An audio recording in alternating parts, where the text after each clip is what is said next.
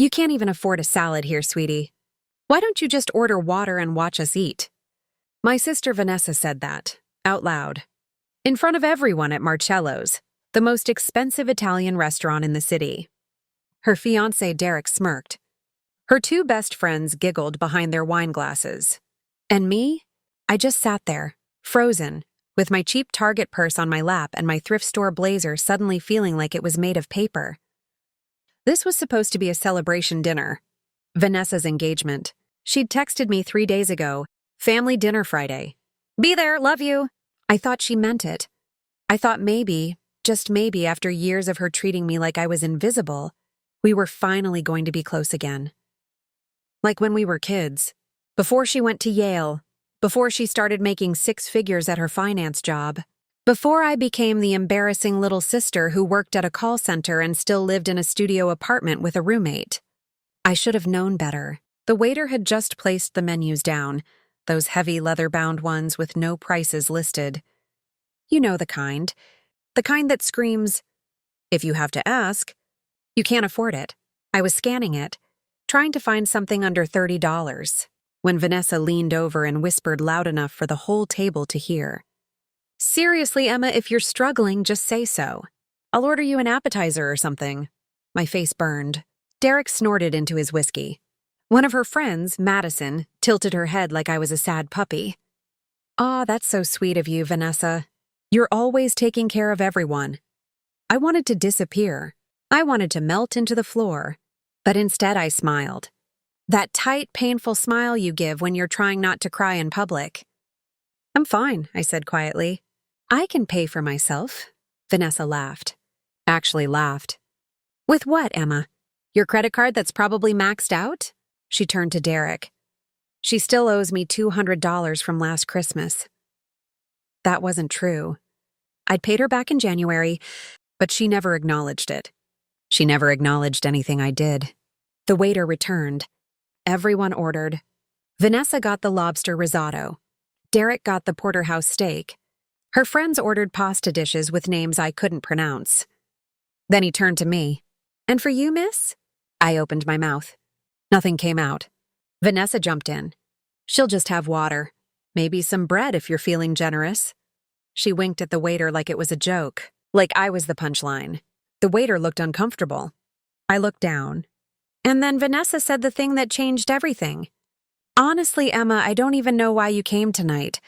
You know you can't keep up with us. This is embarrassing for everyone. The table went silent. Not the kind of silence that's awkward. The kind that's cruel. The kind where everyone agrees without saying a word. I felt my throat tighten. My hands were shaking. I was 24 years old, and my own sister just humiliated me in front of strangers like I was nothing. But here's what Vanessa didn't know. What none of them knew. 2 months ago, my grandmother passed away. Grandma Rose. The only person in my family who ever believed in me. She left me something. Something Vanessa didn't know about because she never bothered to show up to the will reading. She was too busy. I got a letter.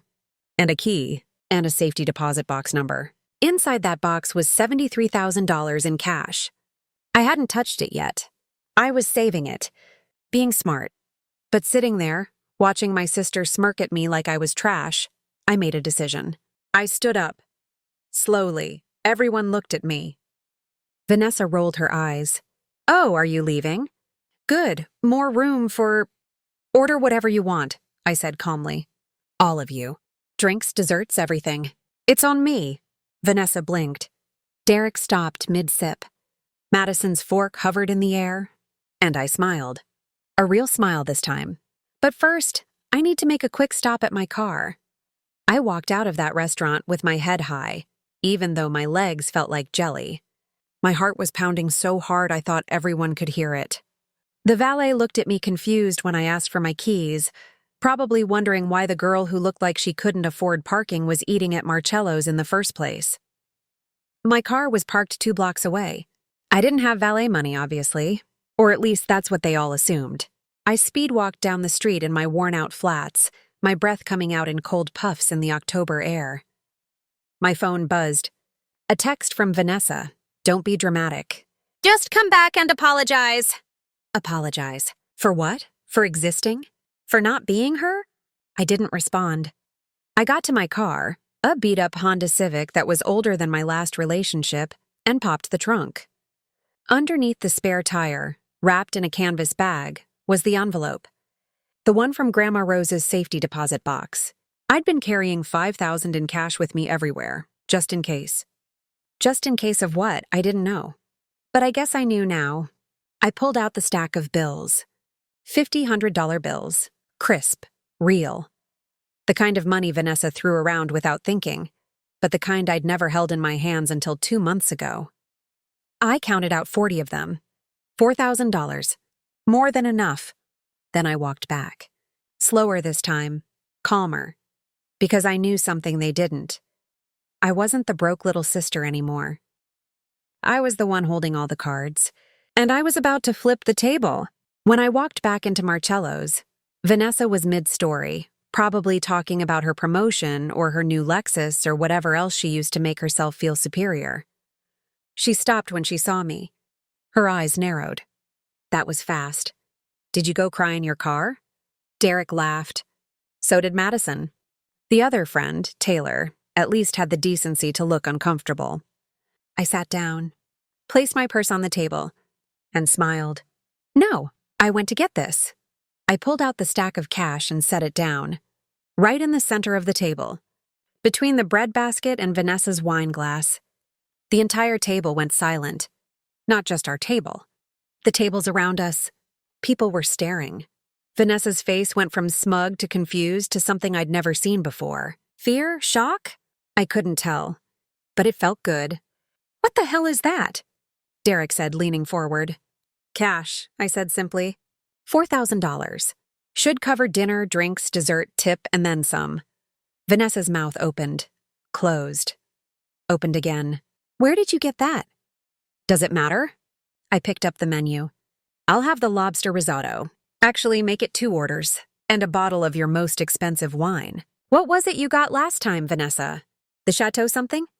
The waiter appeared like magic, his eyes wide. The Chateau Margaux, miss? That's $800 a bottle. Perfect. I'll take 2. Vanessa's face turned white. Emma, stop. This is insane. Where did you get that money? I ignored her. And for appetizers, let's do the oysters, the burrata, the truffle fries, and whatever the chef recommends.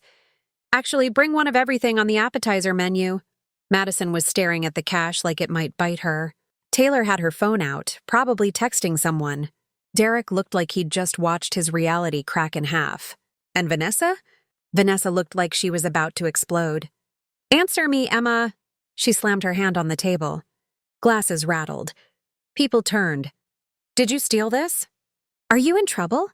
Oh my God, are you selling drugs? I laughed. A real, genuine laugh. You think the only way I could have money is if I did something illegal? That's what you think of me? Well, what else am I supposed to think? You work at a call center. You make like $30,000 a year. You can't even afford your own apartment. I make $32,000 actually, I said calmly. And you're right. I can't afford much on that. But Grandma Rose could. Vanessa froze. What? Grandma Rose, you remember her, right? The one whose funeral you skipped because you had a work conference in Miami? I took a sip of water. She left me something. Something you don't know about because you couldn't be bothered to show up to the will reading. The color drained from her face. She left you money? She left me more than money. She left me a choice. And tonight, I'm choosing to spend some of it on dinner. With my sister, who just told me I couldn't afford a salad. I leaned back in my chair. So yes, Vanessa, order whatever you want. It's on me. The waiter stood there, pen hovering over his notepad, clearly unsure if he should be witnessing this family meltdown. I nodded at him. We'll take everything I just ordered. And whatever they want. Nobody moved. Nobody spoke. Vanessa was staring at the cash like it was a bomb about to go off. And then Derek said something that made my blood run cold. How much did she leave you? I looked at Derek, really looked at him. His designer suit. His Rolex watch that probably cost more than my car. His slicked back hair and that entitled smirk that never quite left his face. He was leaning forward now, elbows on the table, eyes locked on mine like a shark that just smelled blood in the water. "That's none of your business," I said evenly. "It kind of is, though," he replied, glancing at Vanessa. "I mean, we're about to be family, right? Family shares things." Vanessa was still staring at the cash on the table. Her perfectly manicured hand reached out, fingertips brushing the bills like she couldn't believe they were real. "Emma, how much?" "Enough," I said. "Enough for what? A new car? A down payment on an apartment?" Her voice was rising, getting shrill. "How much did Grandma Rose leave you?" I picked up my water glass, took a long, slow sip, let the silence stretch, let them squirm, because for once in my life I had something they wanted.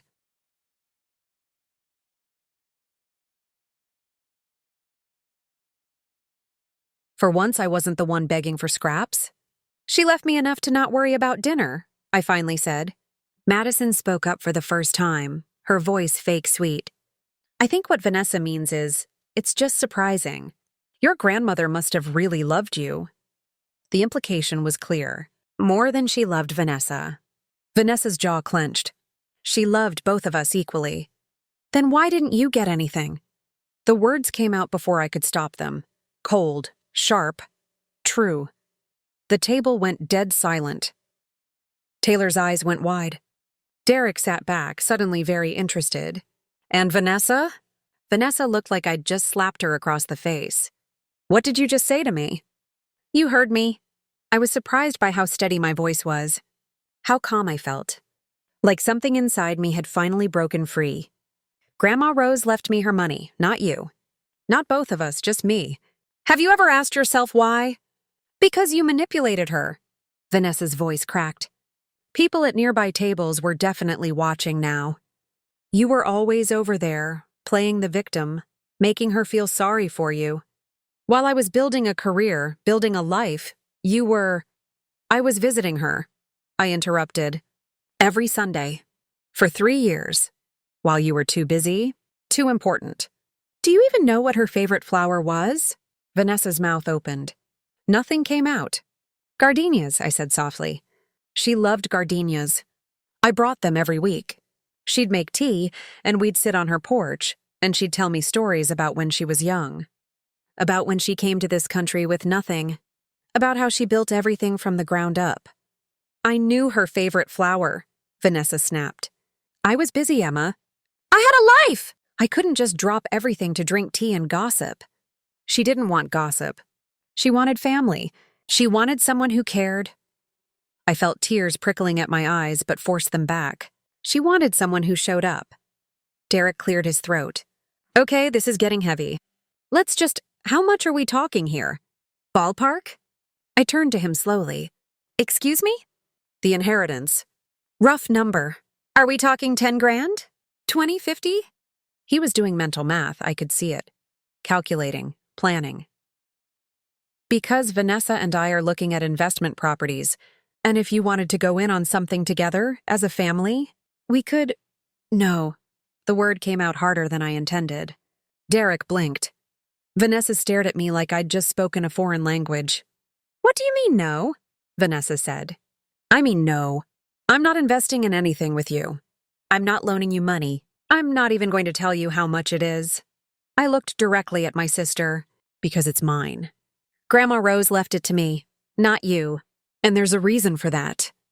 Vanessa stood up so fast her chair scraped against the floor.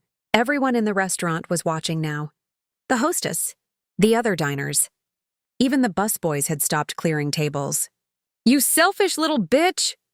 The words hit me like a physical blow. Madison gasped. Taylor looked down at her lap. Derek just sat there, watching like this was entertainment. "I'm selfish?" My voice was shaking now. "I'm selfish because I won't give you money that isn't yours. Money that I inherited because I was the one who cared. Because I was the one who showed up? You don't deserve that money." Vanessa was yelling now, full-on yelling in the middle of Marcello's. "You work at a call center. What are you going to do with it? Waste it? You don't even know how to manage money. You'll blow through it in a year." I stood up too. We were face to face now. My older sister. The golden child. The successful one. The one who always won. And for the first time in my life, I wasn't backing down. You want to know what I'm going to do with it? I said quietly, dangerously. I'm going to use it to build the life Grandma Rose wanted for me, not the life you think I should have. The entire restaurant was silent. You could hear the kitchen staff in the back, the clink of silverware, someone's phone buzzing, and then the waiter appeared, carrying a tray with our appetizers. He looked absolutely terrified. Your oysters, ladies? Nobody moved. Vanessa was breathing hard, her face red. Derek was scrolling through his phone like none of this was happening. Madison and Taylor looked like they wanted to disappear. And me? I sat back down, picked up an oyster, and smiled at the waiter. Thank you. These look perfect. Vanessa slowly sat down. Her hands were shaking. She reached for her wine glass and drained it in one gulp. When she set it down, she looked at me with something I'd never seen before in her eyes. Hatred. Pure, undiluted hatred. This isn't over, she whispered. I swallowed the oyster. It was delicious. Yes, Vanessa, it is. The appetizers came. Then the main courses. Then the wine. 2 bottles of $800 Chateau Margaux that tasted like liquid velvet and made my head feel pleasantly fuzzy. I ate slowly, savoring every bite of my lobster risotto, while Vanessa sat across from me, barely touching her food. Derek, on the other hand, ate like he was at a buffet. Steak, pasta, 3 different appetizers. He kept drinking the expensive wine like it was water, getting louder with each glass. Madison and Taylor tried to keep the conversation light, talking about wedding plans and vacation spots, but their voices sounded hollow, forced. I could feel Vanessa's eyes on me the entire time, burning, calculating. She was planning something. I knew my sister. She never let anything go. Ever. So, Emma, Derek said, his words slightly slurred. What are you really going to do with all that money? Buy a new car? Move out of that shoebox apartment? Derek, Vanessa said sharply. Drop it. I'm just saying, babe. Your little sister just became a millionaire or something, and we're sitting here planning a wedding on a budget. Doesn't that seem a little unfair? He turned to me, grinning. You could help with the wedding costs, as a gift. Family contribution, I set down my fork. The wedding you're planning costs more than most people make in a year. I don't think you're exactly on a budget. $80,000, Vanessa said suddenly. Her voice was cold, detached. The wedding costs $80,000. My parents are contributing $30,000. Derek's parents are contributing $20,000. We're covering the rest ourselves. It's tight. I almost laughed. Tight. They were spending $30,000 on a single day, and they called it tight. I'm not paying for your wedding, Vanessa. I didn't ask you to. She slammed her hand on the table again. More stares. More whispers. God, you're so defensive. I was just sharing information. You were testing me, I said quietly. Seeing if I'd offer. If I'd feel guilty enough to hand over money. That's what you do. That's what you've always done. Madison jumped in, clearly trying to defuse the situation. You know what? Let's just enjoy this amazing meal that Emma generously offered to pay for. This is supposed to be a celebration, right? But Vanessa wasn't done. She leaned forward, her voice low and venomous. You know what Grandma Rose told me once? She said you were weak, that you'd never make it on your own, that you needed protecting. The words hit me like ice water. She never said that. She did. 2 years ago, at Christmas. She was worried about you. Said you didn't have what it takes to survive in the real world. Vanessa's smile was cruel. So maybe she left you that money because she knew you'd fail without it. Did you ever think of that? It wasn't a reward, Emma. It was a pity fund. My hands were shaking. My throat was tight. I wanted to scream, to cry, to throw my wine glass at her perfect, hateful face. But I didn't. Because deep down, a small voice whispered that maybe she was right. Maybe I was weak. Maybe Grandma Rose did pity me. That's enough, someone said. We all turned. An older woman at the table next to us was standing. She was maybe 60, elegant, with silver hair and kind eyes. She'd clearly been listening to everything. Excuse me? Vanessa said, her voice dripping with ice. I said that's enough. The woman walked over to our table. I've been sitting here for the past 30 minutes listening to you berate your sister, watching you try to manipulate her, and I've had enough. This is a private conversation, Derek said, standing up. You need to mind your own business, lady. When you're screaming in a public restaurant, it becomes everyone's business. The woman looked at me. Your grandmother left you that money because she loved you, not because she pitied you. I can tell just by looking at you, Vanessa laughed. A sharp, bitter sound. Oh, this is rich. Random strangers getting involved in family business. This is insane. What's insane? The woman said calmly, is treating your sister like garbage because she has something you want. What's insane is being so consumed with jealousy that you can't even be happy for her. She turned to Vanessa. Your sister came here tonight expecting to celebrate with you. Instead, you humiliated her. You tried to make her feel small, and when that didn't work, when she showed you she wasn't the helpless little girl you thought she was, you got angry. The restaurant was completely silent now. Even the kitchen had gone quiet. Every single person was watching our table. Vanessa's face was bright red. You don't know anything about us, about our family, about— I know enough, the woman interrupted. I know that girl right there, she pointed at me, has more class and grace than you'll ever have. She offered to pay for this entire meal after you tried to humiliate her. She could have left. She could have told you all to go to hell. But she stayed. She rose above it. I felt tears streaming down my face. I couldn't stop them. This stranger, this random woman, was defending me.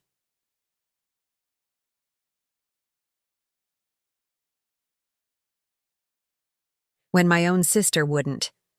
Derek sat back down, suddenly very interested in his phone. Madison and Taylor were looking anywhere but at us. And Vanessa? Vanessa looked like she might actually explode. Get away from our table, Vanessa hissed. Now, the woman smiled, gladly. I've lost my appetite anyway. She looked at me one more time. You don't owe them anything, sweetheart. Not money. Not explanations. Not even your presence. Remember that? She walked away, back to her table, where her husband was waiting with a proud smile on his face. I wiped my eyes, took a shaky breath, and looked at my sister. She's right. I don't owe you anything. Vanessa opened her mouth to respond, but before she could, the waiter appeared. He looked nervous, almost scared. Excuse me, miss? He was looking at me. There's a problem with your payment method. My stomach dropped. What? The cash you put down. We need to verify it. Our manager has some concerns about the authenticity of the bills. The words hung in the air like a knife. Everyone at the table froze. Vanessa's eyes lit up with something that looked almost like joy. Derek actually smiled. Madison covered her mouth, but I could see the smirk underneath. I'm sorry, what? I said, my voice barely above a whisper. The waiter shifted uncomfortably. The manager, Mr. Castellano, he needs to verify the bills. It's standard procedure for large cash payments. He's checking them now in the back office. They're counterfeit, Vanessa said immediately, triumphantly. Oh my God, Emma. Did you seriously try to pay with fake money? Where did you get it? Some sketchy guy on the street? A loan shark? They're not fake, I said, but my voice cracked. Doubt was creeping in. What if they were? What if something was wrong? What if Grandma Rose's money wasn't real? No, that was impossible. It came from a bank safety deposit box. It had to be real. This is perfect, Derek said, pulling out his phone. This is absolutely perfect. Hey, should I call the police or do you think the restaurant will handle it? Put your phone away, I snapped. My hands were trembling. The money is real. It came from my grandmother's safety deposit box, from a legitimate bank. Sure it did, Vanessa said. She was practically glowing. You know what? I actually feel bad for you now. You thought you could come here and show off, thought you could embarrass me, and now you're about to get arrested for fraud. This is karma, Emma. This is what you get. The other diners were whispering now, louder. I could hear snippets of conversation. Counterfeit money. Trying to scam the restaurant. How embarrassing. My face was burning. My chest felt tight. This couldn't be happening. This couldn't be real. Taylor leaned over to Madison and whispered, not quietly enough. I knew something was off. Nobody who works at a call center just has $4,000 in cash lying around. Maybe she robbed someone, Madison whispered back. Or maybe she's involved in something illegal. Drugs, probably. I'm not a criminal. The words exploded out of me. Everyone jumped. The money is real. It's from my grandmother. She left it to me legally. A man in an expensive suit approached our table. Older, maybe 50, with graying hair and sharp eyes. The manager, Mr. Castellano. He was holding a small black device and a few of the $100 bills. Miss, he said quietly, may I speak with you privately? No, Vanessa said, standing up. Whatever you need to say, you can say in front of all of us. We're her family. We have a right to know if she's trying to commit fraud. Mr. Castellano ignored her. He looked only at me. Miss, please. Just for a moment. I stood on shaky legs, followed him a few steps away from the table, close enough that they could still see us, but far enough that they couldn't hear. My heart was pounding so hard I thought I might pass out. The bills are real, he said quietly. Relief flooded through me. What? They're authentic. All of them. I used 3 different verification methods. They're legitimate $100 bills, he paused. But there is something unusual about them. My stomach clenched again. What do you mean? They're old, very old. These bills are from the 1990s series. Perfectly legal, perfectly valid, but definitely not fresh from a bank. They've been stored somewhere for a very long time. He looked at me carefully. Your grandmother, you said? Yes. She kept them in a safety deposit box. She didn't trust banks much. She always kept cash on hand. It's how she was raised. The words tumbled out. She came here from Italy with nothing.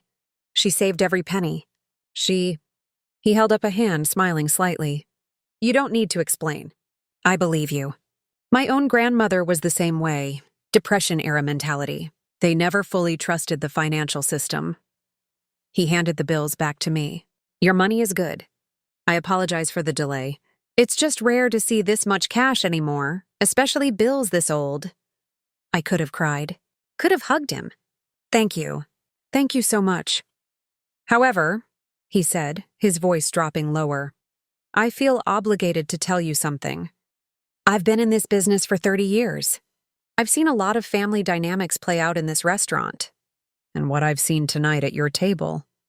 He shook his head. That woman, your sister, she doesn't have your best interests at heart. I know, I whispered. She was hoping the money was fake. Did you see her face? She wanted you to fail, to be humiliated, to be arrested.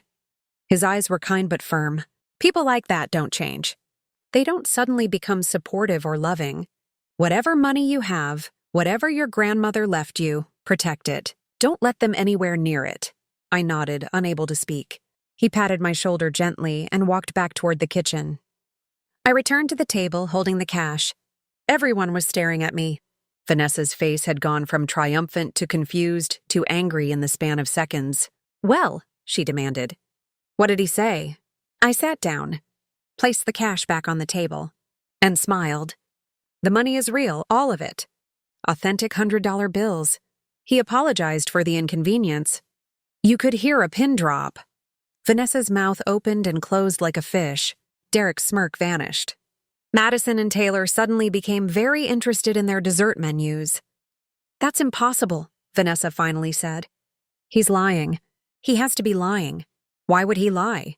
I asked calmly. What would he gain from lying? He verified every bill.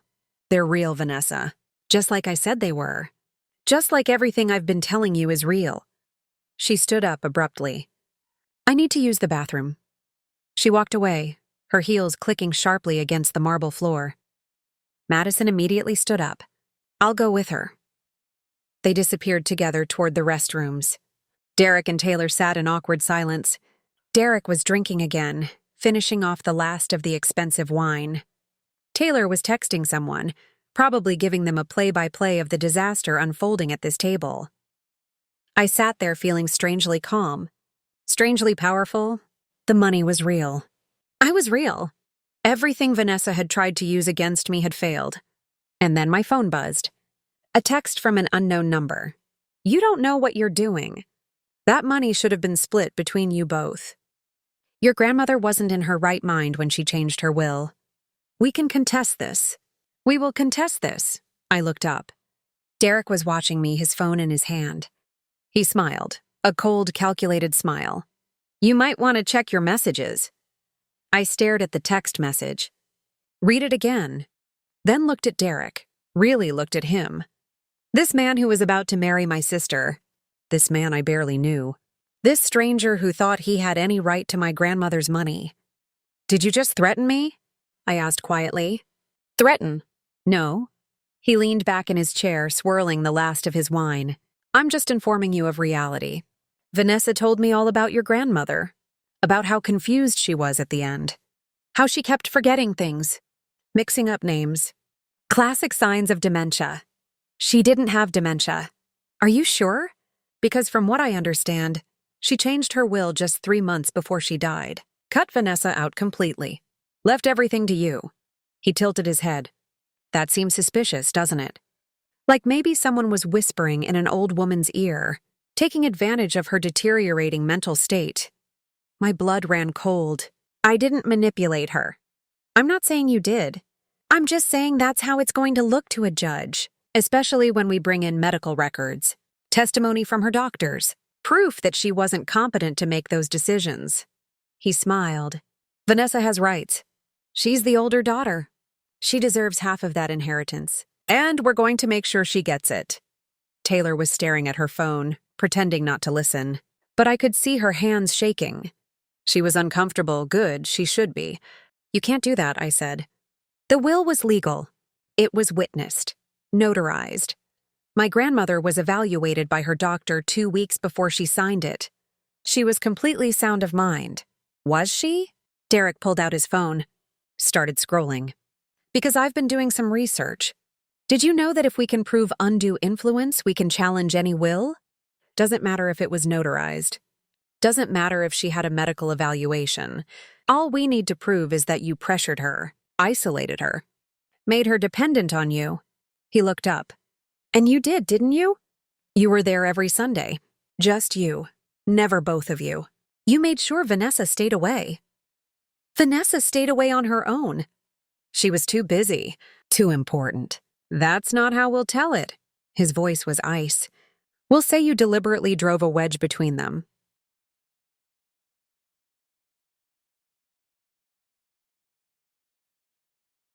That you poisoned your grandmother against her own daughter. That you manipulated a vulnerable, elderly woman for financial gain. He leaned forward. And you want to know the best part? Even if we don't win, the legal fees will eat up most of that inheritance anyway. Lawyers aren't cheap. Court cases take years. By the time it's over, there won't be much left. I couldn't breathe. Couldn't think. This was really happening. They were going to take everything. Everything Grandma Rose wanted me to have. Everything she worked for. Everything she saved. Why? The word came out broken. Why would you do this? Because Vanessa deserves better than what she got. Because family takes care of family. And because... He paused, smiled. Because I need capital for an investment opportunity. $300,000 by the end of the month. And half of your inheritance would cover that nicely. There it was. The truth. This wasn't about Vanessa. This wasn't about fairness or justice or what Grandma Rose would have wanted. This was about money. About Derek's investment. About greed. You're disgusting, I whispered. I'm practical, he said, loud enough that people turned. I'm thinking about our future. Mine and Vanessa's. We could use that money to buy property. Build wealth. Start a family. What are you going to do with it? Keep working your dead-end job? Live in your crappy apartment? Waste it on stupid things? It's my money. I was standing now, shaking. It's mine. She left it to me, not you. Not Vanessa. Me. For now, Derek said calmly. But that's going to change. The bathroom door opened. Vanessa and Madison were walking back. Vanessa's face was puffy. She'd been crying. Or maybe she'd just splashed water on her face to look like she'd been crying. With Vanessa, you could never tell what was real and what was performance. She sat down heavily. Wouldn't look at me. Madison sat next to her, rubbing her back like she was comforting a child. Vanessa, I said. My voice was shaking. Tell me you're not going to contest the will. Tell me you're not going to do what Derek just said. She looked up slowly. Her eyes were red, angry, hurt. You took everything from me. I didn't take anything. Grandma Rose gave it to me. She was my grandmother too. Vanessa's voice cracked. I loved her too. And you? You just swooped in at the end and convinced her to cut me out. You turned her against me. I didn't turn her against you. You did that yourself. By never visiting. By never calling. By being too busy with your perfect life to spend time with her. I was crying now. Couldn't stop. She waited for you, Vanessa. Every Sunday, she'd ask if you were coming. And every Sunday, I'd have to tell her you weren't. Do you have any idea how much that hurt her? So you're saying this is my fault? That I don't deserve anything because I had a career? Because I was building a life? She stood up. You're so selfish, Emma. You always have been. Everything has to be about you. Poor little Emma. Poor struggling Emma. Well, guess what? I'm done feeling sorry for you. And I'm done letting you steal what's rightfully mine. It's not yours. A judge will decide that. She grabbed her purse. We're getting a lawyer. We're contesting the will. And we're going to prove that you manipulated a sick old woman. She wasn't sick. I screamed. She was healthy. She was sharp. She knew exactly what she was doing. Then why didn't she leave me anything? Vanessa's voice broke. For the first time, I saw real pain in her eyes. Real hurt. Why, Emma? If she loved me, if she wasn't manipulated, why did she give you everything and leave me with nothing? The question hung in the air, heavy, painful, true. I opened my mouth. Closed it, because I knew the answer. I'd always known the answer. But saying it out loud would destroy whatever tiny thread still connected us as sisters. Tell me, Vanessa whispered. I need to know. The entire restaurant was silent again, waiting, watching. I took a deep breath. Because she said you didn't need it. You had money. You had success. You had everything. But me? I had nothing. And she wanted to make sure I'd be okay. That I'd have a chance. I wiped my eyes. She said you'd be fine without her. But she wasn't sure about me. Vanessa's face crumpled. Actually crumpled. Like something inside her had shattered. She grabbed the edge of the table to steady herself. Madison reached for her, but she shook her off. So I was punished, Vanessa said slowly. For being successful. For building a life. For not being pathetic enough to deserve pity. That's not what No. That's exactly what it is. She looked at me with eyes full of tears and fury. You win, Emma. You get the money. You get to be the favorite. You get everything. But you're going to pay for it, in court, where everyone will see exactly what kind of person you really are. She walked toward the exit. Derek stood, dropped a business card on the table. That's my lawyer's number. You'll be hearing from him. He followed Vanessa out. Madison and Taylor scrambled to grab their things. Taylor at least had the decency to mouth, "I'm sorry," before they left.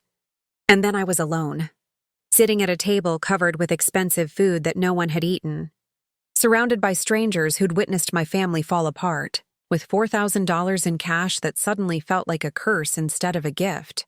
The waiter appeared. Miss, would you like me to bring the check? I sat there for a long moment staring at the empty chairs, at the half-eaten food, at the spilled wine soaking into the white tablecloth. The waiter stood awkwardly nearby, probably wondering if I was going to have a complete breakdown in the middle of his section. Yes, I finally said. The check, please. He nodded and disappeared. I picked up Derek's business card. James Morrison, attorney at law, corporate litigation and estate disputes. Of course, Derek already had a lawyer lined up. Of course, he'd already thought this through. This whole dinner was probably a setup. A way to provoke me, to get me to admit something they could use against me. My phone buzzed. Another text. This time from Vanessa's number. You humiliated me in front of everyone. You made me look like a fool. I will never forgive you for this. Never. I typed back with shaking fingers. I didn't humiliate you. I just refused to be humiliated by you anymore. 3 dots appeared. disappeared, appeared again. Then, we'll see what the judge says about your inheritance. Enjoy it while you can. The waiter returned with a leather folder. I opened it. The total was $3,647, plus tip. I pulled out the cash, counted out $4,000, and left it all in the folder. Keep the change, I said quietly. His eyes widened. Miss, that's over $300. I know. I stood up, grabbed my purse. You had to witness all of that. You deserve it.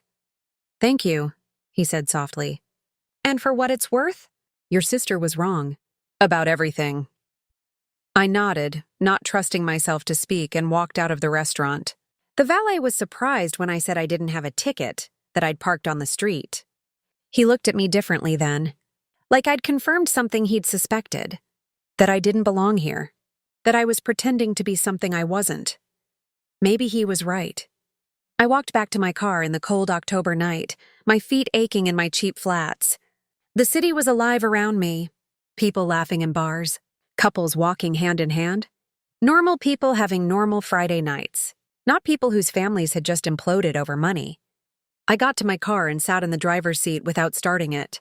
Just sat there, shaking, crying, trying to process what had just happened.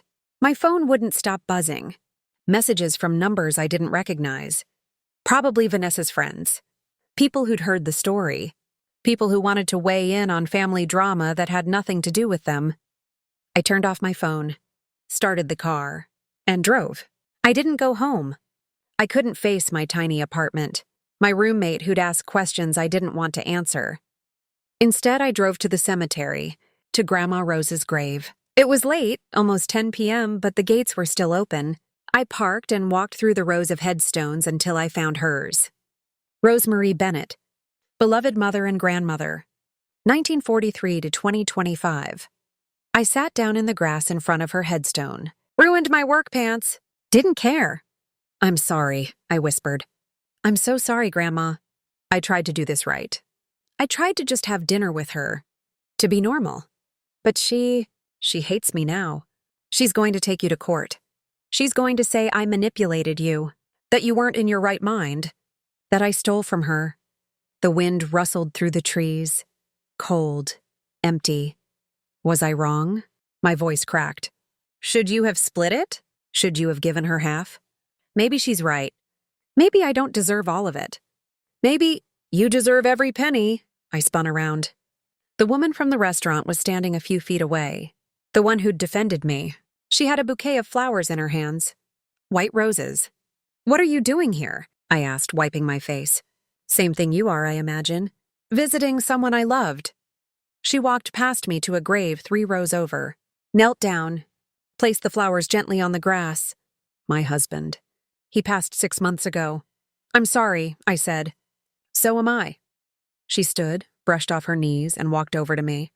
Mind if I sit? I shook my head. She sat down on the grass next to me, not caring about her expensive dress getting dirty. Your grandmother, she said, looking at the headstone. She sounds like she was a smart woman. She was the smartest person I knew. Then trust her judgment.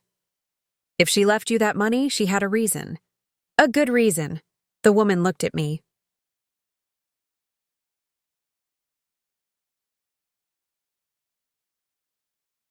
I heard what happened after I left. The manager told me on my way out. About the lawyer. About the will contest. How did you... Mr. Castellano and I are old friends. He knows I'm a family attorney. She smiled slightly. Well, I was. I retired last year. But old habits die hard. I still keep tabs on interesting cases. My heart started pounding. You're a lawyer? I was. Estate law, specifically. Wills, trusts, inheritance disputes. I handled hundreds of cases just like yours. She pulled a business card from her purse. I'm not taking new clients anymore. But for you, I'll make an exception. I stared at the card. Patricia Morrison, J.D., Estate Planning and Litigation, Morrison and Associates. Wait, I said slowly. Morrison?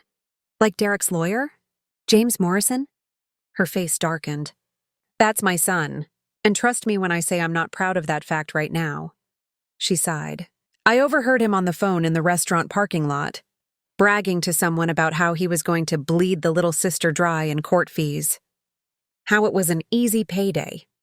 She looked at me. That's when I knew I had to follow you. Had to find you. Had to make sure you had someone in your corner. But he's your son. And he's wrong. What he's planning to do is predatory, unethical, and if your grandmother's will was properly executed, which I'm betting it was, he doesn't have a case. But he'll drag it out anyway. Rack up fees. Make your life hell. Unless, she smiled, unless you have a lawyer who knows exactly how to shut him down fast. I couldn't believe this was happening. Why would you do this? You don't even know me. Because 30 years ago I was you. Her voice was soft. My grandmother left me money. My siblings contested it, said I'd manipulated her, said she wasn't competent. It took 3 years and cost me almost everything. But I won, and I swore that if I ever saw someone else going through the same thing, I'd help them. She stood, held out her hand. So what do you say? Want to fight back? I looked at her hand, then at Grandma Rose's headstone, then back at her. I took her hand and let her pull me to my feet. Yes, I want to fight. Good. Patricia squeezed my hand. First thing Monday morning, we file a motion to dismiss. We'll need your grandmother's medical records, the will, proof of witnesses, everything. Can you get those documents? They're in my apartment. In a safe. Perfect.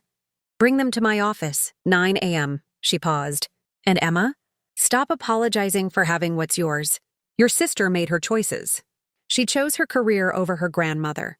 She chose money over family. She chose to humiliate you instead of celebrating with you. Those were her choices, not yours. Tears were streaming down my face again. Thank you. Don't thank me yet. This is going to get ugly. Derek and Vanessa won't back down easily. They'll dig into your life, your finances, your relationships. They'll try to paint you as unstable, manipulative, greedy. She looked me dead in the eye. Can you handle that? I thought about Grandma Rose, about the Sunday visits, the gardenia flowers, the stories on the porch, the way she'd held my hand the last time I saw her and said, "You're stronger than you think, Emma. Don't let anyone tell you different." Yes, I said. I can handle it, Patricia smiled. Started walking back toward the parking lot, then stopped. Turned around. One more thing. That money in your car, the rest of your inheritance, get it out of your apartment. Put it somewhere safe. A safety deposit box. A trusted friend. Somewhere Vanessa and Derek can't access. Her expression was serious. People do desperate things when they think they're entitled to money. Don't give them the opportunity. She walked away, leaving me standing in the cemetery with my grandmother's ghost and a business card that might save everything. I looked at the headstone one more time. I won't let them take this, Grandma. I promise. The wind picked up. And for just a moment, I swear I smelled gardenias. I didn't sleep that night. Not even a little. I drove home around midnight, parked on my street, and sat in my car for 20 minutes just watching my apartment building. Looking for anything suspicious, any sign that Vanessa or Derek had been there. I was being paranoid, probably. But Patricia's warning kept echoing in my head. People do desperate things. When I finally went inside, my roommate Jenny was on the couch watching Netflix. She looked up, took one look at my face, and paused her show. What happened? I told her everything. The dinner. The humiliation. The cash, the threats. The lawyer, all of it. By the end, she was pacing the living room, furious. Your sister is insane. Absolutely insane. You offer to pay for a $3,000 dinner and she threatens to sue you? Jenny shook her head. What are you going to do? Fight back. I went to my bedroom, pulled out the shoebox from under my bed where I kept important documents.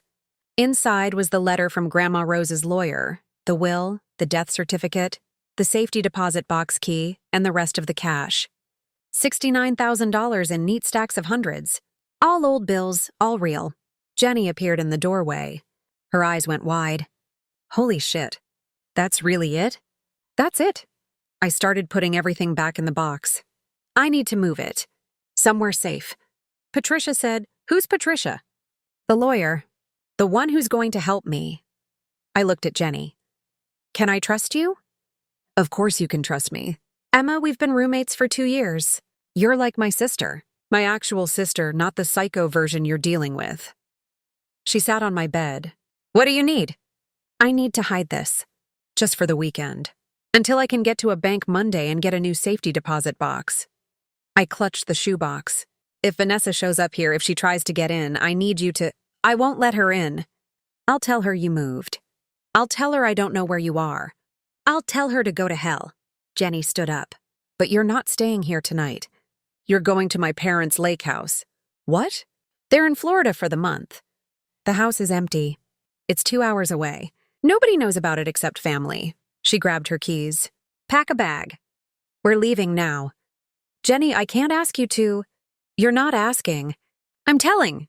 She pulled out her phone, started typing. I'm texting my brother. He's a cop. He'll do a welfare check on this apartment tomorrow, make sure nobody's trying to break in. And I'm calling my cousin Marcus. He owns a security company. He'll have cameras installed here by Sunday. I started crying. Again. I'd cried more in the past 6 hours than I had in the past 6 months. Why are you doing this? Because that's what real family does. She hugged me tight. Now pack. And bring that box. We're keeping Grandma Rose's money safe. We left 20 minutes later. I threw clothes, toiletries, and the shoebox into a duffel bag. Jenny drove. I sat in the passenger seat, watching the city lights fade behind us, feeling like I was in some kind of movie. Like this couldn't actually be my life. My phone was still off. I was too scared to turn it on. Too scared of what messages would be waiting. But around 1 a.m., somewhere on a dark highway between the city and the lake, curiosity won. I powered it on. 47 missed calls, 63 text messages, 12 voicemails. Most were from Vanessa, some from numbers I didn't recognize, a few from Derek, and one from my mother. I'd been so caught up in everything with Vanessa that I hadn't even thought about my parents. They were divorced, had been since I was 12. Dad lived in California with his new wife. Mom lived in Arizona with her boyfriend. They'd both been at Grandma Rose's funeral, but they'd left right after. Neither of them had been at the will reading. Neither of them seemed to care much about the inheritance because Grandma Rose wasn't technically their mother. She was my dad's mom, and he'd made it clear years ago he didn't expect anything. I opened Mom's text. Vanessa called me crying. Said you stole her inheritance. Said you manipulated Rose. What's going on? Call me. Of course Vanessa had called her. Of course she was playing victim. Building her narrative. Getting people on her side. I didn't respond. Didn't listen to the voicemails. Just turned the phone off again. Smart, Jenny said. Don't engage. Let the lawyer handle it. We got to the lake house around 3 a.m. It was small, cozy, tucked away in the woods with a view of dark water. Jenny showed me to the guest room, made sure I had everything I needed, and then looked at me seriously. Get some sleep. Real sleep. Because Monday, you're going to war. And you need to be ready. She was right. But sleep didn't come easy. I lay in the unfamiliar bed, staring at the ceiling, thinking about everything. About Grandma Rose, about Vanessa. About the little girl I used to be who worshipped her older sister. Who wanted to be just like her. When had that changed? When had Vanessa started seeing me as competition instead of family? Maybe it was when I was 16 and got accepted to the same college she'd gone to. She'd told me not to go. Said I should find my own path instead of copying her. I'd ended up at community college instead. Couldn't afford anything else. Or maybe it was when I was 20 and started dating a guy she'd had a crush on in high school. She'd stopped talking to me for 6 months. Even though she was already with Derek by then. Even though she'd never even dated that guy. Or maybe it was always like this. Maybe I'd just never noticed because I was too busy trying to make her love me. My phone buzzed. Even though it was off. No, wait. That was Jenny's phone in the other room. I heard her answer, her voice low and urgent. Then footsteps. A knock on my door. Emma, you awake? Yeah. She opened the door. Her face was pale.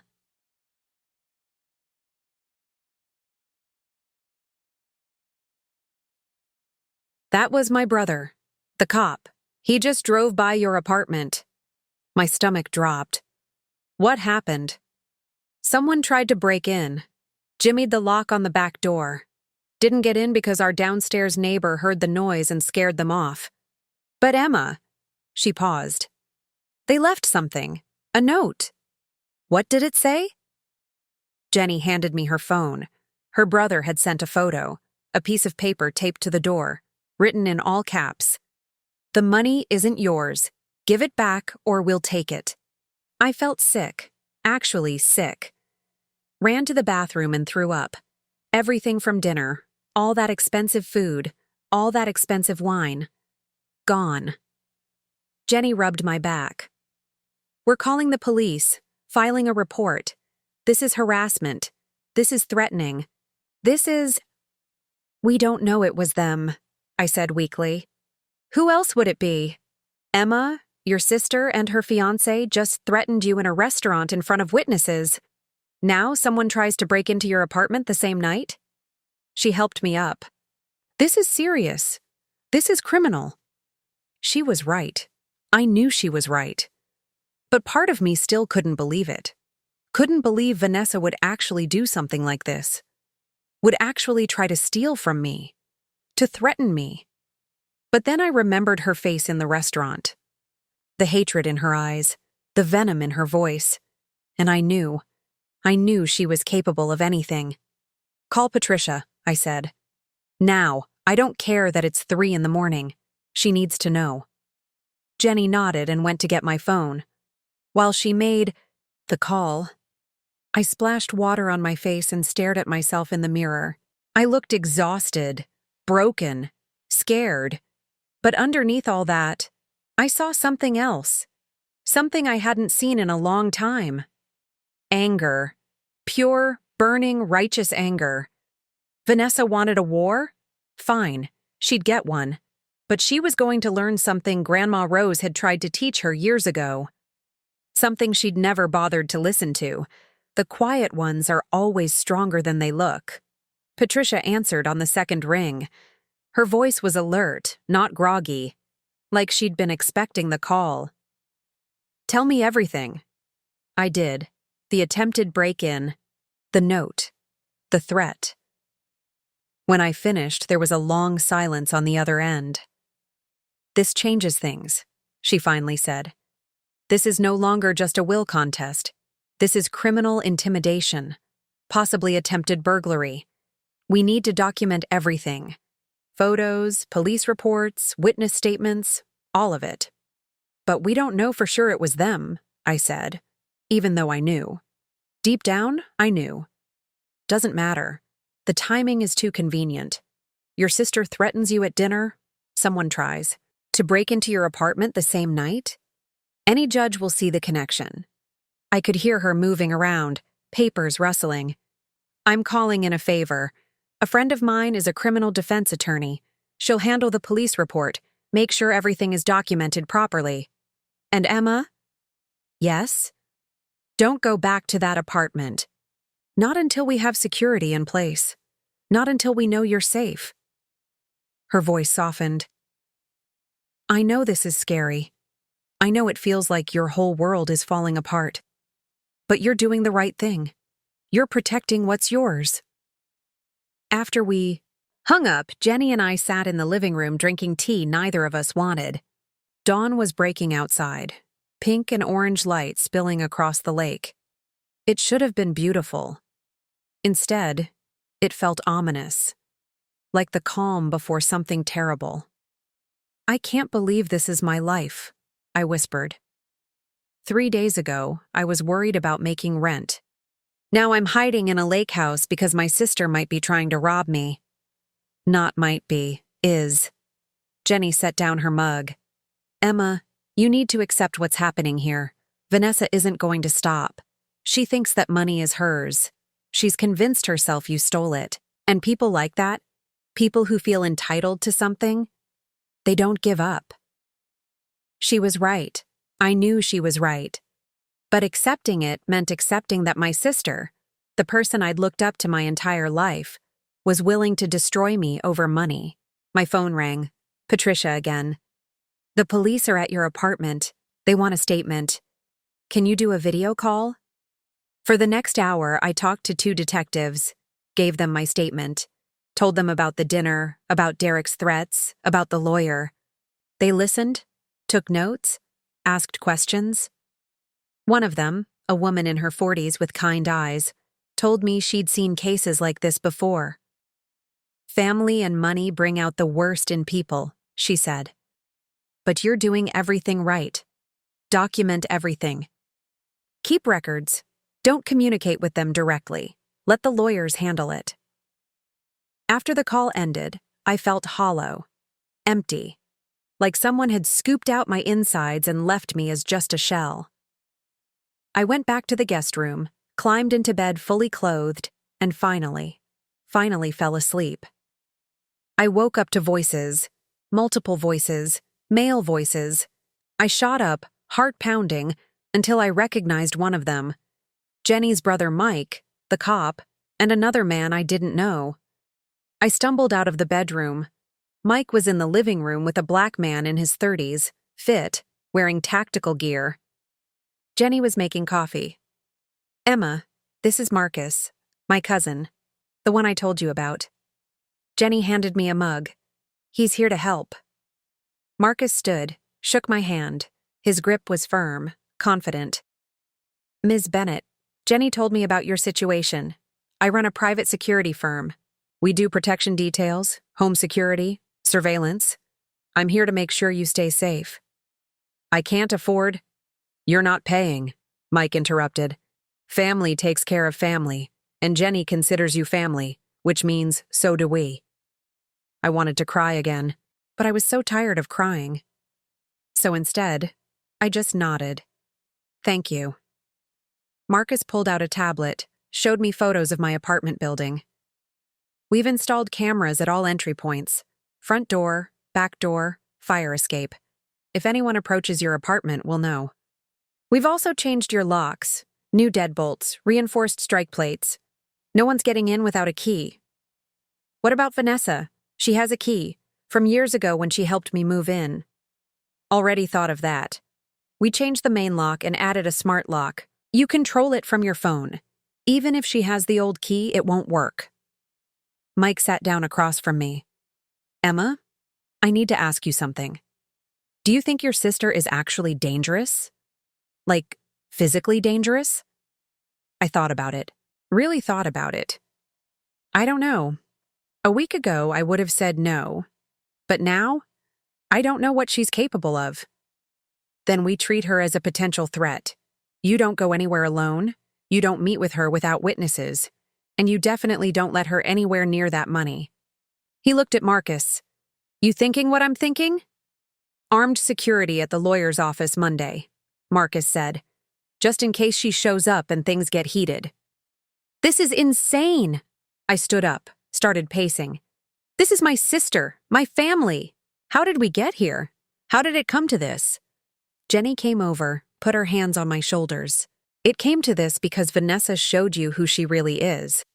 And now you have to protect yourself. The weekend crawled by. Saturday, I barely left the guest room. Couldn't eat, couldn't think. Just lay there, staring at the ceiling, replaying every moment with Vanessa. Every slight, every insult, every time she made me feel small. Sunday morning, Patricia called again. We have a problem. My stomach clenched. What kind of problem? Vanessa filed an emergency petition. She's claiming you're mentally unstable, that you're a danger to yourself. She's trying to get an emergency conservatorship over you and the estate. She's what? It's a long shot. It'll never hold up. But it means we're going to court Tuesday instead of Monday. Emergency hearing. Judge wants to see all parties, all evidence, everything. Patricia paused. Emma, this is going to be ugly. Are you ready? I looked at Jenny, at Mike, at Marcus, at these people who barely knew me but were willing to fight for me. Then I thought about Grandma Rose, about her sitting on that porch, telling me stories about surviving, about fighting, about never backing down. Yes, I said firmly. I'm ready. Good. Because Vanessa just declared war, and we're going to show her what happens when you underestimate the quiet ones. Tuesday morning arrived cold and gray. I stood outside the courthouse in a borrowed suit from Jenny, my hands shaking as I clutched my folder of documents.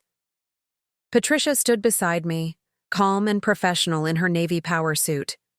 Marcus was nearby, subtle but present. "Remember," Patricia said quietly, "stay calm. Answer only what's asked. Don't let them provoke you." The courthouse doors opened, and there she was, Vanessa, looking perfect in an expensive black dress, her hair styled, makeup flawless. Derek beside her in a tailored suit, and their lawyer, James Morrison, Patricia's son, avoiding his mother's gaze. Vanessa's eyes met mine. Cold, hard, unforgiving. We entered the courtroom. Judge Catherine Reynolds presided, a woman in her 60s with sharp eyes that missed nothing. She reviewed the documents in silence while we all sat, the tension suffocating. "Ms. Vanessa Carter," the judge finally said, "you're petitioning for emergency conservatorship over your sister, claiming she's mentally unstable and mismanaging estate funds. What evidence do you have?" James stood. "Your Honor, my client believes her sister Emma manipulated their elderly grandmother, Rose Bennett, who was suffering from cognitive decline. Emma isolated Mrs. Bennett, poisoned her against her own daughter, and coerced her into changing her will just months before her death." "That's a lie." I started to stand, but Patricia put a hand on my arm. The judge looked at me. "You'll have your turn, Ms. Bennett," James continued. "Furthermore, Emma has been behaving erratically, flashing large amounts of cash in public, making threats. We believe she's not mentally competent to manage a $73,000 inheritance." Patricia stood. "Your Honor, may I present evidence?" "Please do." Patricia placed documents on the judge's bench. Mrs. Rose Bennett's medical records from 2 weeks before she changed her will. A full cognitive evaluation from Dr. Sarah Chen, a board-certified neurologist. The results show Mrs. Bennett was of completely sound mind. No dementia. No cognitive impairment. Perfect mental clarity. James shifted uncomfortably. Vanessa's face paled. "Additionally," Patricia continued, "Mrs. Bennett's will was witnessed by 2 independent parties, notarized and executed with her attorney present. There was no coercion, no manipulation. Mrs. Bennett made her choice freely and clearly." She placed another document down. "This is Mrs. Bennett's personal journal, written in her own hand. I have entries here spanning 3 years. Would you like me to read them, Your Honor?" "Please." Patricia opened to a marked page. January 15th, 2023. Emma came today. Brought gardenias. We talked about her job, her dreams. She's struggling, but she never complains. Vanessa called, said she's too busy to visit, again. I love both my granddaughters, but only one of them shows up. Vanessa's hands clenched into fists. Patricia flipped pages. August 3rd, 2024. Made my decision today. Changed my will. Everything goes to Emma. I know Vanessa will be angry, but she doesn't need my help. She's successful, wealthy, happy. Emma needs a chance, a foundation. I want to give her what I never had, security. That's enough, the judge said quietly. She looked at Vanessa. "Ms. Carter, do you have any actual evidence of manipulation or your sister's supposed instability?" Vanessa stood, her voice shaking. "She humiliated me. In front of everyone. She threw money in my face. After you told her she couldn't afford to eat," Patricia interjected. "After you publicly humiliated her first." "I was there, Your Honor. I witnessed the entire dinner." The judge's eyes narrowed. "You were present?" "I was. And what I saw was a young woman being bullied by her older sister until she finally stood up for herself." Patricia pulled out her phone. "I also have these photos of the note left on Emma's apartment door after someone attempted to break in the same night as that dinner." She showed the judge. "The money isn't yours. Give it back or we'll take it." "Your Honor, this is intimidation. Possibly criminal." James Morrison's face went white. "Your Honor, we have no knowledge of any break-in or—" "Then explain this," Patricia said, placing another document down. Phone records showing 17 calls from Derek's phone to a private investigator the day after the dinner, and text messages discussing ways to pressure Emma into settling. The courtroom went silent. Derek was staring at his lap. Vanessa looked like she might be sick. Judge Reynolds removed her glasses. "Ms. Carter, I'm denying your petition. Your grandmother's will was legally sound. Your sister has done nothing to warrant conservatorship. In fact, what I see here is harassment and intimidation." She looked at James. "Mr. Morrison, if I see any further frivolous filings from you in this matter, I'll report you to the Bar Association. Your Honor, we're done here." She banged her gavel. Case dismissed. I couldn't breathe, couldn't process what had just happened. Patricia squeezed my shoulder. "You won." Vanessa stood up, tears streaming down her face. For a moment, just a moment, she looked at me. Really looked at me.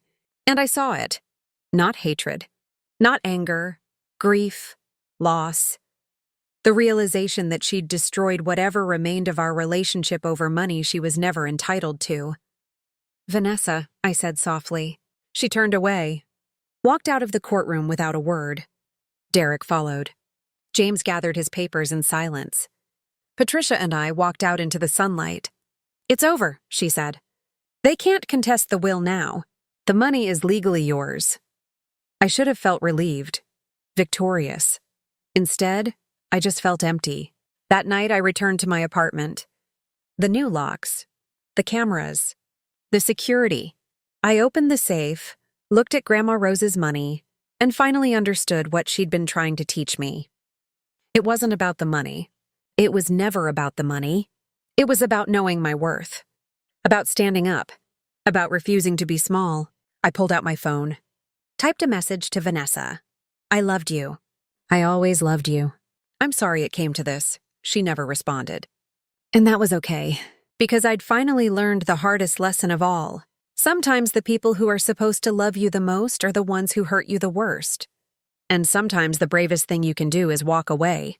I kept the money. Started a business. Built a life. And every Sunday I visited Grandma Rose's grave with gardenias. And I never looked back.